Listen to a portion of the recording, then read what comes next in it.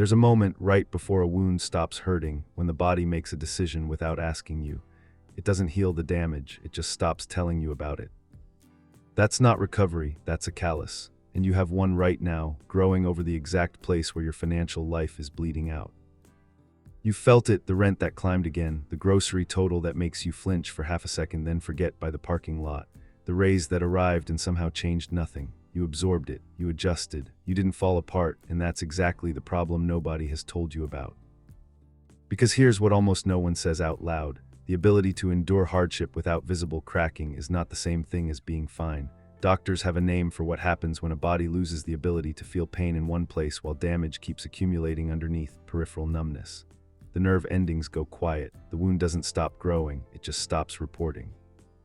Your financial life is running the same protocol.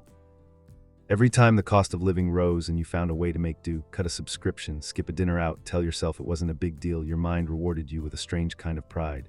You call it resilience, you call it grit, but underneath that pride something else was happening. Your threshold for what counts as a problem was quietly moving.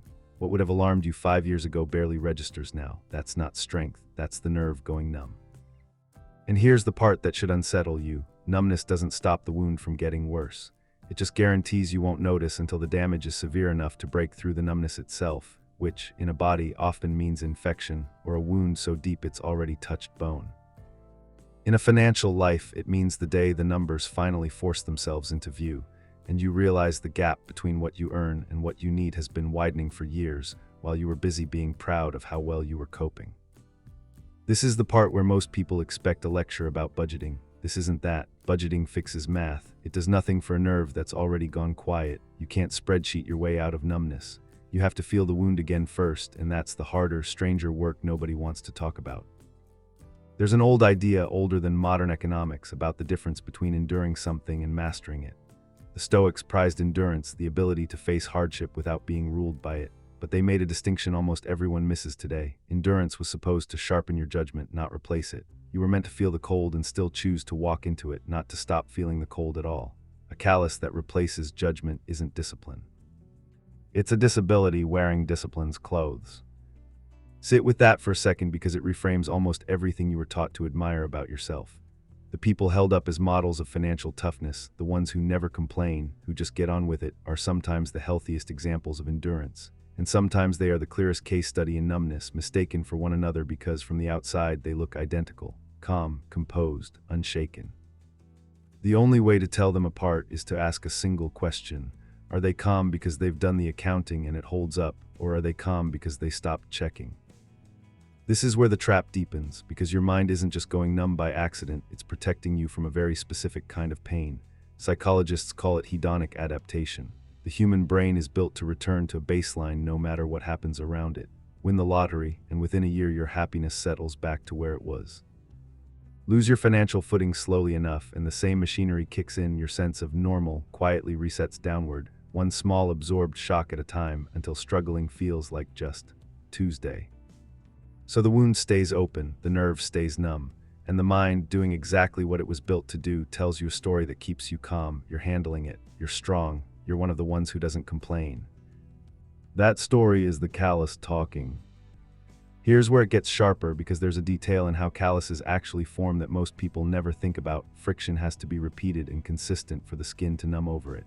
A single blow doesn't build a callus. A slow, steady, unremarkable pressure does, which means the very fact that your financial strain feels routine, feels like background noise instead of a crisis, isn't proof that it's manageable. It's proof that it's been happening long enough and consistently enough for your nervous system to stop flagging it as urgent. The absence of alarm is not evidence of safety. Sometimes it's evidence of duration. Think about what that means. The people who are in the most danger aren't the ones panicking over one bad month.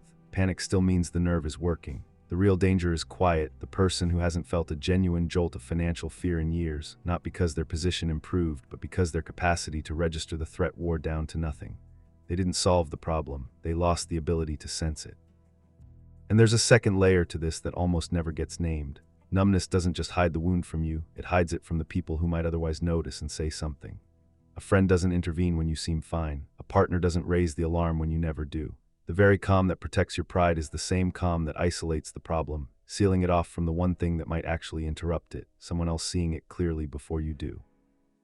What makes the callus thicker still is that almost everything around you is designed to reward its growth.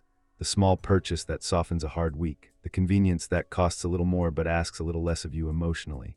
None of it looks like damage in the moment, it looks like relief. But relief repeated often enough stops being relief and becomes maintenance. You're not treating the wound anymore. You're just keeping the numbness topped up, one small comfort at a time, so the ache never quite resurfaces long enough to demand your attention. This is the moment the whole picture reorganizes. Resilience was never meant to be a permanent state. It was meant to be a temporary bridge, something you use to survive a single hard season until you can address the actual injury underneath it.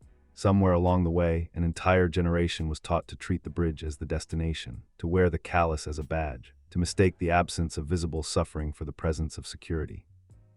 But a callus doesn't make you strong where it grows. It makes you strong everywhere except the one place you actually need to feel something. And that's precisely where your financial life lives now, in the place you've trained yourself not to check. So what does it actually look like to rebuild the nerve instead of thickening the callus?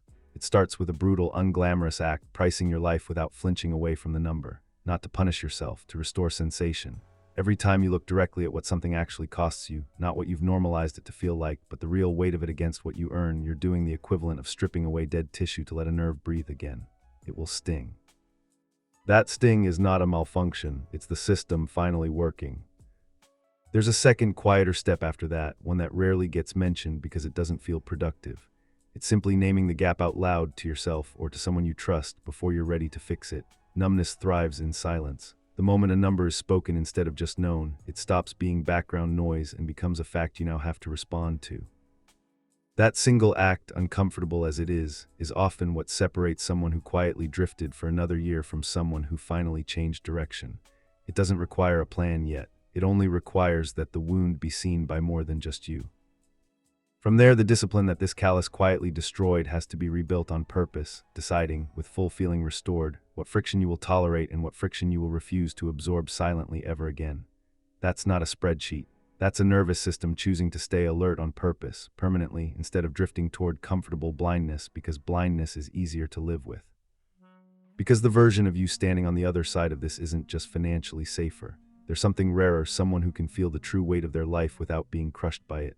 Someone whose calm comes from clarity, not from having gone numb. That kind of quiet is not a callus, it's mastery. And almost no one around you will be able to tell the difference from the outside, which is exactly the point. There's one more thing about numbness worth sitting with before you go looking at your own life for it. It doesn't happen all at once, and it doesn't announce itself when it arrives. It just becomes the new normal, so smoothly you never notice the handoff. Which means the real question isn't whether you're struggling right now, it's whether you'd even feel it anymore if you were.